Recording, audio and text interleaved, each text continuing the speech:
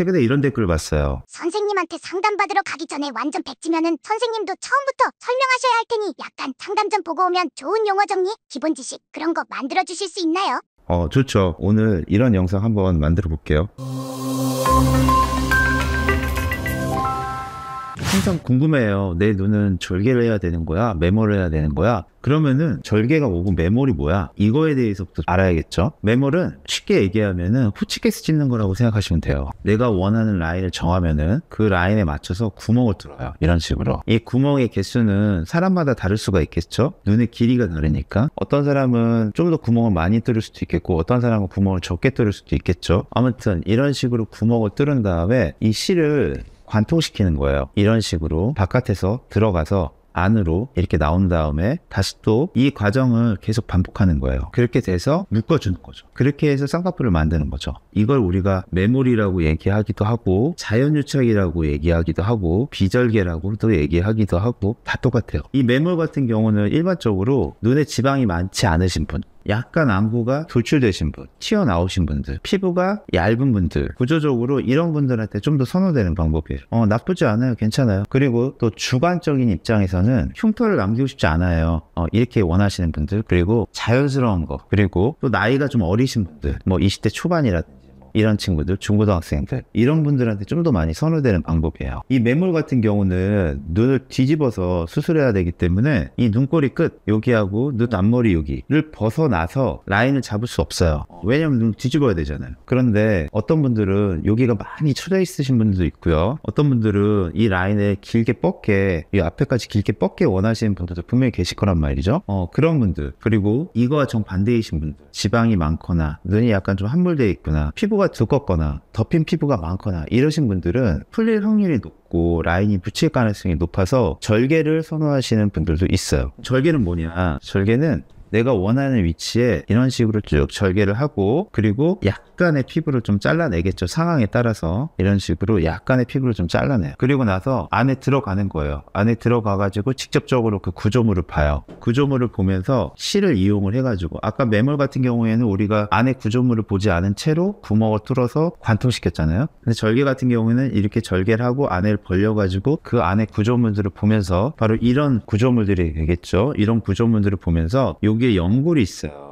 이 연골이랑 이 위에 있는 조직이랑 실로 고정시키고, 어떤 분들은 이 눈 뜨는 근육이 있어요. 이 눈 뜨는 근육하고 이 위에 있는 피부 조직하고 또 고정을 시키고, 그리고 그 불필요한 지방을 또 뽑기도 하고, 막 이런 식으로 되는 거를 우리가 절개라고 얘기를 해요. 그래서 이 절개가 당연히 더 단단할 수밖에 없어요. 당연하죠. 그러니까 풀리기 쉬우신 분들한테 우선적으로 좀 권해드린 방법이긴 하죠. 이런 식으로 메모를 하신 분들은 이렇게 구멍이 뚫려요. 이게 보이시죠? 이게 다 우리가 메모를 하려고 뚫었던 구멍들이에요. 이게 처음에는 이런 식으로 보이지만 나중에 시간이 지나면은 흐릿해져요. 이런 식으로 흐릿해지죠. 우리가 착각을 하면 안 되는 게, 메모를 하면 흉터가 없어, 이렇게 생각을 하시면 안 돼요. 메모를 하더라도 이런 식으로 이렇게 구멍을 뚫었던 자국들은 어느 정도 남아있게 돼 있어요. 그리고 우리가 절개에 비해서 흉터가 적다고 얘기하는 거는 이 구멍과 구멍 사이에 여기에 이렇게 약간 선들이 있잖아요. 이 선들을 우리가 칼로 만든 게 아니라 구멍과 구멍 사이에서 그냥 자연스럽게 접히는 거잖아요. 그러니까 절개에 비해서 흉이 적다, 없다, 이렇게 얘기를 하는 거지, 메몰도 구멍을 뚫기 때문에 이런 구멍 자국들은 있는 거예요. 보세요. 이분은 절개를 하셨네요. 여기서부터 여기까지 쭉 이런 식으로 흉터가 있죠. 그리고 메모를 분명히 이 눈꼬리 끝에서 이 안쪽만, 여기 정도만 우리가 점으로 찍을 수가 있다고 얘기했는데, 절개는 그걸 약간 좀 더 벗어나서 절개를 할 수가 있죠. 그리고 뭐 피부를 조금 잘랐겠죠. 아주 살짝. 물론 어르신들 같은 경우에는 많이 잘랐겠지만 이렇게 젊은 나이대 친구들한테 그렇게 하진 않죠. 그리고 이게 수술하고 나서 한 일주일 정도 된 사진이에요. 그리고 나서 6개월 정도 지난 사진을 보면은 이런 식으로 흉터가 남게 되죠. 이분 같은 경우에는 절개 재수술을 했기 때문에 다른 사람들에 비해서 흉터가 좀 더 남는다는 느낌을 좀 받는 것 같아요. 일단 라인의 종류, 이게 제일 중요해요. 라인의 종류는 크게 세 가지가 있어요. 첫 번째는 뭐냐 하면은 속상, 보통 인라인이라고 얘기하는 것들이에요. 두 번째는 뭐냐 하면은 겉상, 우리가 이제 아웃라인이라고 얘기하는 것들이죠. 그럼 속상이 뭐냐? 간단해요. 이런 식으로 앞에 있는 몽고주름하고 요거하고 만나는 라인들을 우리가 속상이라고 얘기를 해요. 이런 식으로 요게 이렇게 라인이 몽고주름이랑 연결되는 라인을 우리가 속상이라고 얘기하면 돼요.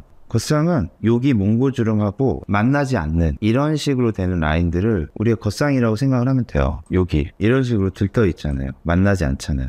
근데 여기서 아주 재밌는 게 하나 등장해요. 이 속쌍하고 겉쌍의 경계, 우리가 흔히 얘기하는 인아웃이라는 개념이 하나 등장해요. 이거는 뭐의 경계냐면은 속쌍하고 겉쌍의 경계라고 생각하시면 되죠. 근데 속쌍하고 겉쌍의 경계지만 실제적으로는 속쌍이에요. 왜냐하면은 라인이 바깥으로 완전히 빠지지 않거든요.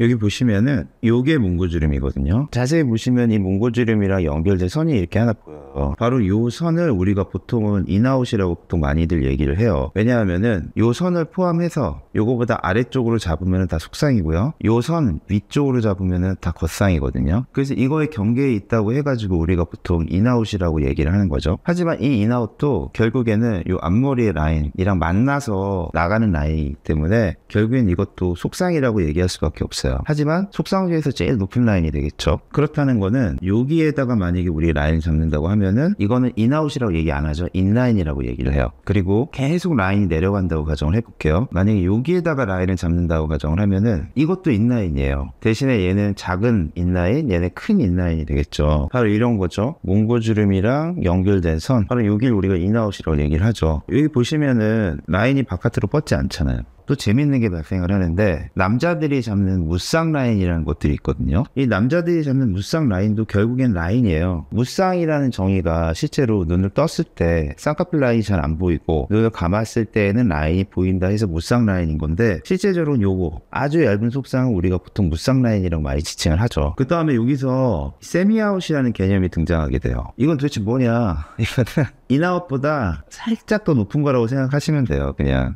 이거 쉽게 얘기하면은 이거는 겉쌍이에요. 겉쌍. 아까 인아웃은 제가 분명히 속쌍이라고 그랬죠. 근데 세미아웃 같은 경우에는 겉쌍이라고 생각을 하시면 돼요. 그래서 이건 인아웃보다 살짝 더 높은 라인이라고 생각을 하시면 돼요. 여기서 보자면은 바로 뭐냐면은 이런 것들은 당연히 아웃라인이죠. 세미아웃 라인은 뭐냐면은 여기서 살짝 올라갈 요런 느낌의 라인들, 요거를 이제 우리가 세미아웃이라고 얘기하면 돼요. 그래서 이건 아까도 얘기했지만 이거는 겉쌍인 거예요. 겉쌍. 쉽게 얘기하면은 좀 낮은 겉쌍, 자연스러운 겉쌍, 이거를 추구하시는 분들은 보통은 피부가 많이 덮이시는 분들, 몽고주름이 좀 센 분들, 몽고주름을 이겨내고 싶으신 분들. 왜냐하면은 이 몽고보다 위쪽으로 라인을 잡잖아요. 근데 이거에 대한 기준이 사람마다 다 달라요. 어떤 사람 같은 경우에 조금 더 바깥으로 나가는 게 셈이다. 어떤 사람 같은 경우에는 들어가더라도 완전히 바깥으로 안 빠지는데 뭐 이게 셈이냐 이렇게 말씀하시는 분도 있어요. 그래서 이거에 대한 기준 되게 애매모호한데 그거에 대해서 너무 크게 집착하실 필요는 없어요. 좀 몽고주름하고 약간 좀 일치하게 나가는 거는 인아웃이고 그거보다 약간 바깥으로 빠지는 건 약간 세미 정도 되겠구나 이렇게 생각을 하시면 돼요. 그래서 결국에 라인은 인라인, 인아웃, 세미아웃, 아웃 이런 식으로 커진다고 생각을 하시면 돼요. 근데 여기서 특수한 라인들이 있어요. 우리가 항상 얘기하는 무쌍 라인. 이것도 결국에는 얇은 속쌍이에요. 얇은 속쌍. 그런데 이 얇은 속쌍이라는 건 사람마다 달라요. 왜냐하면은 이 무쌍이라는 정의 때문에 그래요. 무쌍이라는 정의가 뭐냐면은 눈을 떴을 때 라인이 최대한 보이지 말아야 돼요. 눈을 감을 때에는 라인이 보여도 돼요. 상관없어요. 이게 무쌍의 정의이기 때문에 그래요. 그런데 사람마다 피부가 덮여지는 양이 다르잖아요. 어떤 사람은 이 눈꺼풀에 있는 피부가 많이 덮이고 어떤 사람은 적게 덮이고 사람마다 다 다른 거예요. 그렇기 때문에 피부가 많이 늘어진 사람 같은 경우에는 라인을 좀 높게 잡아야지 무쌍의 느낌이 나는 사람이 있고요. 피부가 아예 없으신 분들은 피부 처짐이 아예 없으신 분들, 오히려 피부가 부족하신 분들, 지방이 없으신 분들 이런 분들은 낮게 잡아야지 무쌍의 느낌이 나시는 분들이 있어요. 그래서 무쌍 라인은 꼭 얇은 속쌍이라고 우리가 단정 지을 수는 없어요. 그런데 일반적으로 인아웃 라인보다는 좀 더 낮게 잡는구나 이렇게 좀 생각을 하시면 되죠. 박보검 씨 같은 경우가 거의 무쌍 라인 정도라고 우리가 생각을 해야죠. 눈을 떴을 때는 라인이 거의 안 보이잖아요. 여기 라인이 없잖아요. 근데 눈을 감았을 때는 약간의 라인이 보이잖아요. 이 사진상으로는 솔직히 어느 부분인지 단정 지을 수는 없을 것 같아요. 그런데 아마 여기 내지는 여기일 수도 있고 여기일 수도 있겠죠. 근데 아까도 제가 말씀드렸지만 이 위치는 위에 쳐져 내려오는 양에 따라서 달라지는 거고, 그러니까 그 얇은 원래 가지고 있는 속주름이 위에 있는 피부하고 만나게 되면서 이런 식으로 무쌍의 느낌을 만들어내는 거죠. 만약에 이런 무쌍 느낌을 낸다고 하면은 당연히 잡아봐야 돼요. 잡아보면서 이 무쌍 느낌이 나는 라인이 어디인지 좀 찾아봐야겠죠. 너무 높지도 말아야 되고 너무 낮지도 말아야 돼요. 여기서 중요한 포인트는 너무 낮으면 안 돼요. 왜 그러냐면은 피부가 많이 덮이신 분들 라인을 너무 낮게 잡으면 내가 뭐 한 거지 이렇게 돼요. 내가 뭐 수술한 건가? 뭐 비슷비슷한데? 이런 식의 느낌이 나올 수가 있어요. 그래서 너무 낮지도 말아야 돼요. 근데 이거에 약간 예외가 있어요. 그게 뭐냐 하면은 완전 무쌍. 이 완전 무쌍이라고 얘기하는 수술이죠. 이 라인이 우리가 흔히 얘기하는 무쌍 라인이거든요. 이런 식으로 여기에다 아주 얇게 뭐 이렇게 잡잖아요. 이런 느낌이죠. 이런 게 바로 무쌍 라인이죠. 그런데 완전 무쌍은 그게 아니에요. 완전 무쌍은 쉽게 생각하면 속눈썹 위쪽에 있는 이 피부라고 생각을 하시면 돼요. 요거를 잘라버리는 거예요. 이걸 없애버려요. 그리고 난 다음에 뭐 약간의 눈매개 조합을 좀 하고 불필요한 지방이 있다면 좀 뽑고 이런 것들을 이제 완전 무쌍이라고 얘기하죠. 라인 자체를 아예 안 만드는 거예요. 아까 무쌍 라인은 얇은 속쌍의 개념이라고 얘기를 했는데 바로 이분처럼. 근데 완전 무쌍은 쌍꺼풀 자체를 아예 안 만드는 거죠. 그래서 이거를 잘라서 다시 꼬매면은 실제로 흉터가 여기 속눈썹 있는 여기 정도의 흉터가 남게 되겠죠. 그러니까 실제로 많이 안 보이는 거죠. 예를 들어서 이분이 쌍꺼풀을 별로 만들고 싶어 하지 않아요. 그러면은 아까 우리가 무쌍 라인이라고 얘기했던 거는 요 정도의 느낌의 라인이거든요. 그런데 이런 분들 같은 경우에 이렇게 무쌍 라인을 잡지 않고 여기에서부터 해서 요런 식의 느낌으로 이 자르는 양은 피부의 덮임에 따라서 결정이 돼요. 그래서 요거를 절제해서 없애버려요. 그리고 뭐 약간의 다른 뭐 눈매 교정이라든지 이런 여러 가지 것들을 처리를 하게 되겠죠. 그리고 난 다음에 다시 꼬매요. 그러면 결국에는 흉터가 남는 거는 땡겨서 꼬맬 테니까 흉터가 남는 거는 바로 요 부분이 되는 거예요. 그 부분. 그래서 결국에는 이분이 무쌍 라인으로 수술을 해서 보면은 이런 식의 느낌인 거예요. 이분 가문 사진을 보면은 그렇죠. 안 보여요. 붙여 잡았기 때문에 보이지가 않죠. 그 다음에 우리가 알아야 될 거는 트임이에요. 트임에는 크게 뭐가 있냐면은 앞트임, 뒷트임, 밑트임 이렇게 있다고 생각을 하시면 돼요. 근데 여기에 뭐 하나 끼어들어간 게 있는데 바로 윗트임이에요. 윗트임. 이렇게 봐서 4가지 종류가 있다 이렇게 생각을 하시면 돼요. 그럼 앞트임이 뭐냐? 앞트임이 뭔지 알려면은 첫 번째 알아야 될 거는 몽고주름이에요. 이 몽고주름은 사람마다 다 달라요. 어떻게 다르냐면은 어떤 사람 같은 경우에는 이렇게 뾰족하게 나와 있는 사람들도 있는 반면에 어떤 사람 같은 경우에는 이런 식으로 막혀 있는 사람들도 있고요. 심하게 아주 많이 막혀 있는 사람들도 있어요. 그래서 이건 사람마다 다 다른 거예요. 예를 들어서 이런 식으로 몽고 밴드가 심한 사람을 이런 식으로 이렇게 절개를 해가지고 오픈시켜주는 거. 이걸 앞트임이라고 생각하시면 돼요. 여기에는 앞트임과 그리고 윗트임 동시에 같이 포함이 되어 있는 거예요. 그래서 보통 앞트임을 한다는 의미는 윗트임을 같이 한다는 의미도 내포하고 있는 거예요. 그래서 이 부분에 있는 살을 일부 제거를 하고 이런 식으로 새롭게 눈꼬리를 만들어주는데 앞트임을 하면 안 되죠. 위에도 같이 제거를 해줘야 되죠. 그런데 우리가 앞트임, 윗트임 이거를 할 때 항상 주의 있게 살펴봐야 되는 건 뭐냐면은 바로 흉터예요. 흉터가 남을 수밖에 없어요. 왜냐하면은 트임이라는 거는 절개이기 때문에 그래요. 어디를 절개하면 무조건 흉터가 남아요. 시간이 지나면 없어지는 거 아니에요? 이렇게 여쭤보시는 분도 있는데 희미해지는 거죠. 없어지는 게 아니죠. 계속 있는 거예요. 주로 수술하는 방법마다 좀 다르긴 한데 어느 부위에 흉터가 남냐 하면은 바로 요 부위에 빨갛게 칠한 요 부위에 흉터가 남게 되고 요 위쪽에 있는 우리 윗트임에 해당하는 부분은 이 라인하고 새로운 몽골주름의 밴드 역할을 하기 때문에 이건 거의 안 보여요. 하지만 요 밑에 있는 바로 요 부분 요 부분은 흉터가 보이는 거예요. 또 다른 테크닉을 이용한다면은 이런 식으로 흉터가 보일 수도 있고요. 그래서 이 부분에 대해서 이 흉터가 남는다는 이 부분에 대해서는 꼭 알고 계셔야 돼요. 그런데 몽고밴드가 심하지 않으신 분들도 있어요. 어느 정도 앞머리가 이렇게 뾰족하게 나아가신 분들도 있단 말이에요. 이런 분들한테 앞트임이 필요할까요? 필요 안 해요. 오히려 앞트임을 하게 된다면은 눈이 너무 많이 트여져가지고 물려 보일 수도 있고 매섭고 싸나워질 수도 있단 말이죠. 그래서 그런 분들은 트임 필요 없다 하지 마셔라 이렇게 얘기하는 경우들도 있고요. 이렇게 라인을 잡고 싶은데 이 앞머리를 조금이나마 좀 더 뺄 수 있지 않을까 이렇게 원하시는 분도 계세요. 그래서 그런 분들이 있을 때 여기만 이런 식으로 살짝 절개를 해가지고 뭐 피부도 좀 자르고 밴드도 좀 끊고 막 이런 식으로 되겠죠. 살짝 절개를 해가지고 이 부분을 오픈시켜주는 경우가 있어요. 이거는 아까 얘기했던 우리 그 앞트임 요렇게 된 거에서 얘는 생략한 거죠. 요거만 한 거죠. 그래서 이거 따로 윗트임이라고 따로 얘기를 하는 거예요. 앞트임 같은 경우에는 윗트임이 포함되어 있지만 윗트임은 진짜 윗트임을 단독으로 하는 경우죠. 물론 윗트임을 살짝 하더라도 눈이 약간 앞으로 오픈된 듯한 느낌을 받아요. 하지만 앞트임만큼은 아니겠죠. 그리고 앞트임에는 약간 부가적인 효과가 있어요. 그게 뭐냐 하면은 트임을 많이 하면 할수록 앞으로 더 빠지면 빠질수록 이 앞머리의 라인이 더 잘 보인다는 거예요. 자, 이 얘기를 듣고 한소희 씨 눈 보면은 뭔가 새로워 보이지 않나요? 여기 보세요. 물론 사진의 각도가 달라서 이게 정확치가 않아요. 그냥 우리 이해하려고 임의상 얘기를 하는 거예요. 이쪽 같은 경우에는 이렇게 돼 있고 누워가 많이 안 보여요. 이쪽 같은 경우에는 이렇게 돼 있고 누워가 많이 보이죠. 그러니까 이쪽 같은 경우에는 물론 라인의 높낮이도 다르고 눈썹의 위치도 다르지만 라인이 약간 좀 더 바깥으로 뻗으려고 하는 경향이 더 센 거예요. 얘 같은 경우에는 몽고 밴드가 약간 적게 나가 있고 약간 좀 산처럼 맞고 있죠. 그러니까 라인이 뻗으려고 하는 힘이 별로 없고 안으로 꺾이려고 하는 힘이 더 세죠. 이런 식으로 해서 우리가 뭐 세미암 만들 때 앞팀 좀 하는 게 좋을 것 같은데요. 뭐 윗팀 하는 건 어때요? 막 이런 식으로 얘기들을 많이 하는 거죠.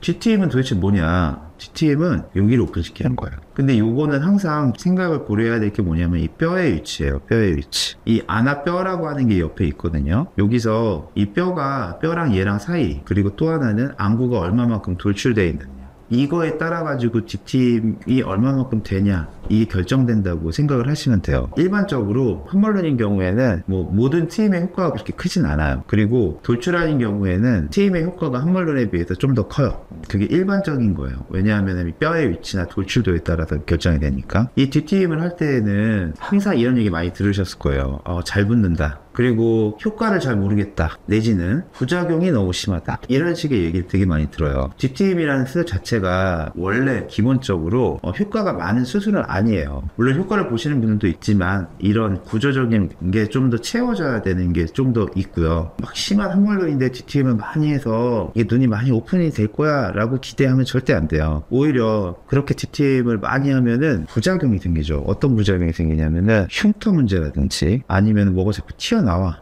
여기 안에 이렇게 뭐 뽀드락지처럼 뭐 이렇게 뭐 나와요. 뭐 이런 거 뭐 종양이라고 한번 해볼게요. 아니면은 뭐 디귿자 모형의 변형이라고 얘기하는데 그게 뭐냐면은 여기가 이렇게 많이 트고 나서 보니까 이렇게 된 거야. 이렇게 된 경우 되게 많아요. 근데 실제적으로 원래는 여기였는데 실제 트고 났더니 오픈되긴 했지만 약간 이렇게 되는 거야. 이런 경우 많아요. 그리고 또 너무 많이 트니까 뭐 이렇게 눈이 시려, 막 이런 경우들도 있어요. 그래서 DTM을 항상 얘기할 때는 구조에 맞게 적당하게 터야 된다. 그리고 너무 무리하지 말아라. 그리고 약간 도와주는 개념, 이런 개념으로 생각을 해라. 이렇게 보통 많이 말씀드려요. 그리고 밑트임은 뭐냐면은 이 부분을 이런 식으로 아래로 약간 좀 이렇게 내려주는 개념이라고 생각을 하시면 돼요. 이거를 하는 목적도 마찬가지인 거예요. 모든 트임의 목적은 눈을 크게 하고 싶으니까 하는 거죠. 근데 이것도 똑같아요. 아까 제가 말씀드렸던 이 구조적인 문제, 함몰이냐 돌출이냐에 따라서 뼈의 위치에 따라서 그 효과가 결정되는 측면이 커요. 그러니까 미리 디미트임 같은 경우에는 태어날 때의 나의 구조로 그 효과가 결정된다, 이렇게 생각을 하셔도 돼요. 이것도 마찬가지예요. 이거 무리하게 너무 많이 트면은 우울해지는 현상이 생기죠. 이렇게 되면 눈이 얼마나 우울하겠어요. 이거 안 되죠. 이렇게 하면은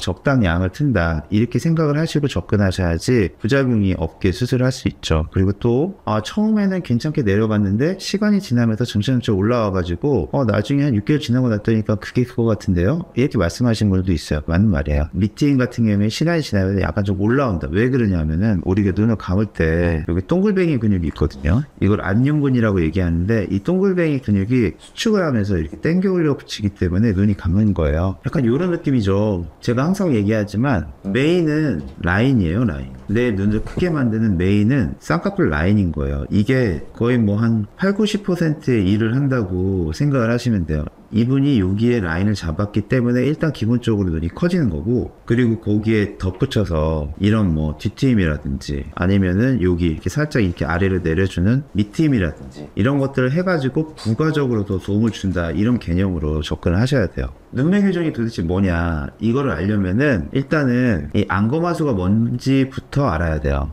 안검이 뭐냐면 이 눈꺼풀을 얘기하거든요. 이 눈꺼풀이 하수 아래로 떨어졌다, 이 얘기예요. 그래서 원래는 이 검은 동자 여기 숨겨져 있죠. 여기 위쪽 요만큼 숨겨져 있죠. 검은 동자를 이 눈꺼풀, 얘가 눈꺼풀이잖아요. 이 눈꺼풀이 이 쌍꺼풀 라인이 아니에요. 착각하시면 안 돼요. 이건 눈꺼풀이에요. 눈꺼풀. 여기 속눈썹이 붙어져 있는 요 테두리, 요거 얘기하는 거예요. 이 눈꺼풀이 검은 동자를 한 1에서 2mm 정도 가리는 걸 우리가 보통 정상이라고 얘기를 해요. 근데 안 그런 경우들도 많아요.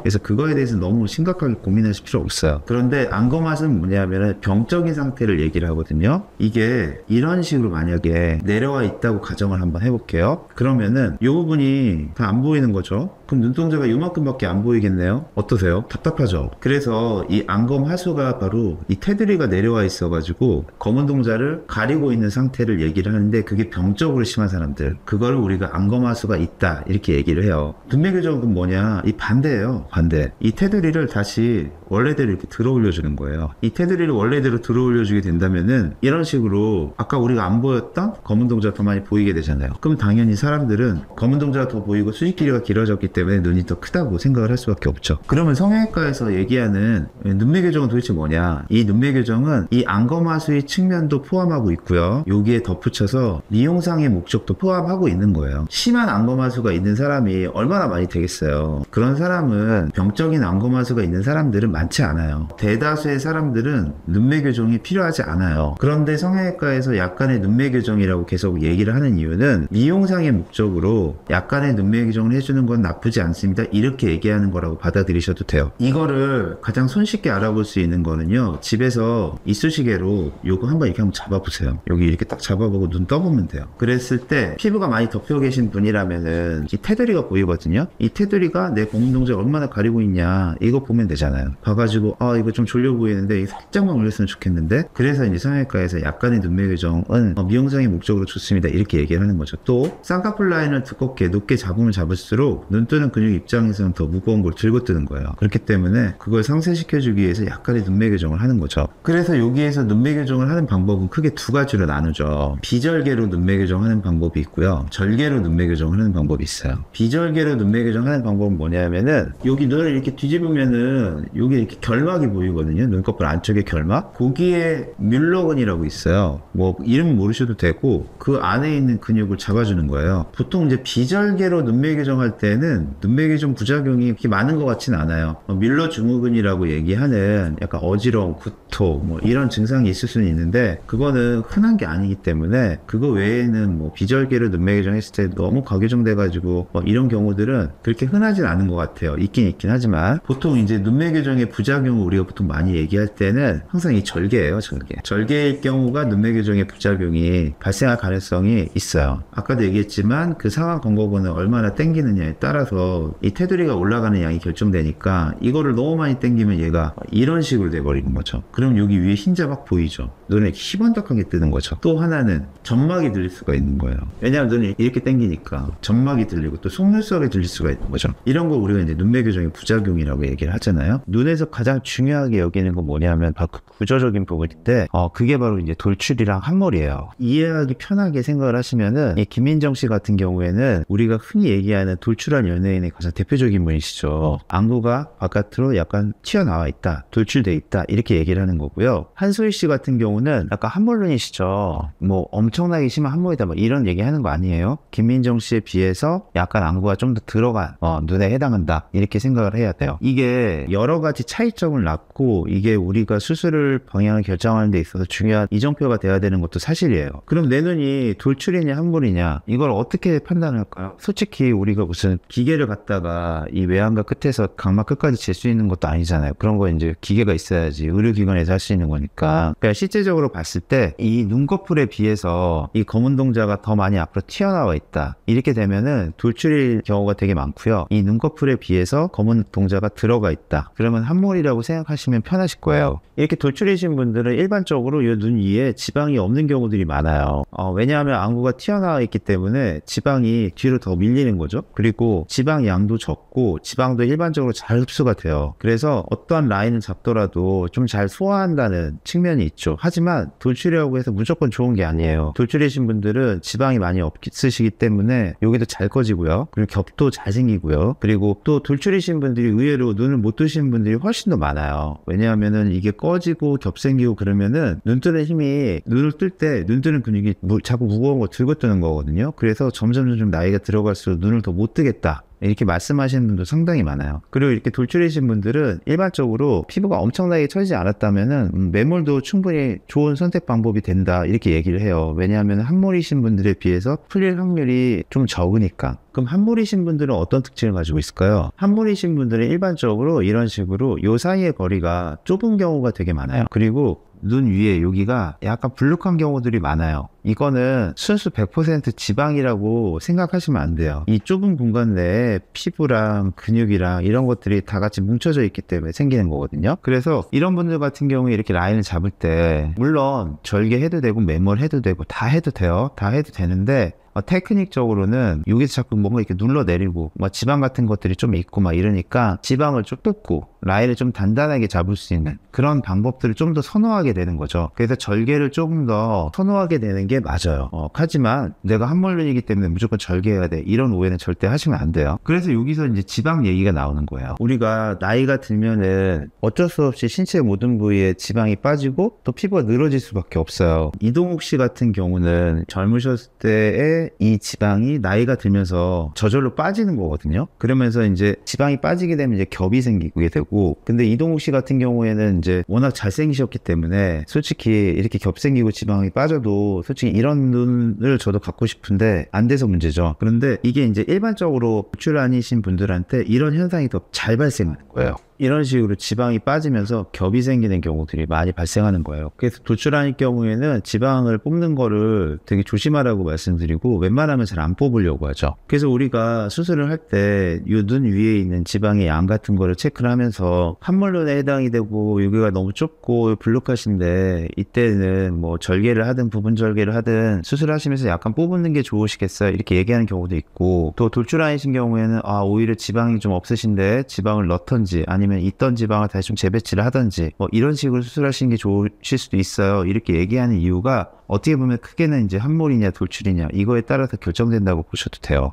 이거는 아주 기초적인 얘기인 거고, 이거 진짜 아무것도 모르는 백지 상태에서 그냥 내가 상담을 가려고 하는데 가서 이제 원장님들이나 선생님이 얘기하시는 거를 들으면서 이게 뭐지 하다가 제대로 잘 이해를 못 하실 수도 있고, 아니면 내가 원하는 거와 전혀 반대 방향으로 얘기할 수도 있으시니까 이거를 꼭 참고를 좀 해보시고, 그리고 또 이런 걸 알으셔야지 내가 원하는 눈 스타일, 눈 모형이 뭔지를 정확하게 결정을 내릴 수가 있어서 결국에는 그게 수술의 성공과도 연결이 된다고 보셔야 돼요.